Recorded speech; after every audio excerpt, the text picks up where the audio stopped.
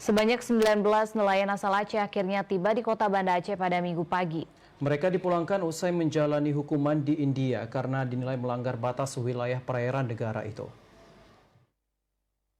Setelah diberangkatkan dari Bandara Soekarno-Hatta, 19 nelayan Aceh yang merupakan anak buah kapal motor Selat Melaka akhirnya tiba di Banda Aceh Minggu pagi tadi.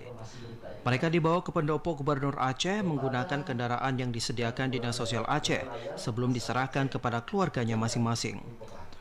Selain menyelesaikan berkas administrasi, kesembilan nelayan yang sempat menjalani hukuman selama 1 tahun ini juga dijamu oleh Gubernur Aceh Nova Iriansyah.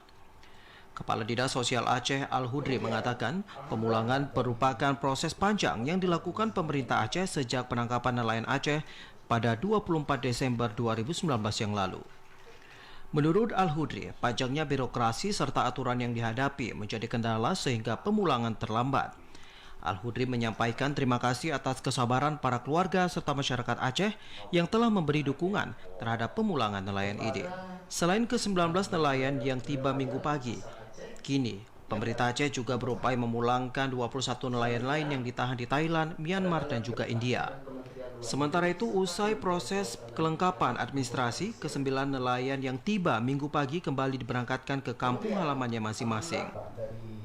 Selain berasal dari Kabupaten Pidi dan Kabupaten Pidi Jaya, ke-19 nelayan berasal dari Kabupaten Biren, Aceh Tamiang, Kayelues, dan juga Aceh Jaya.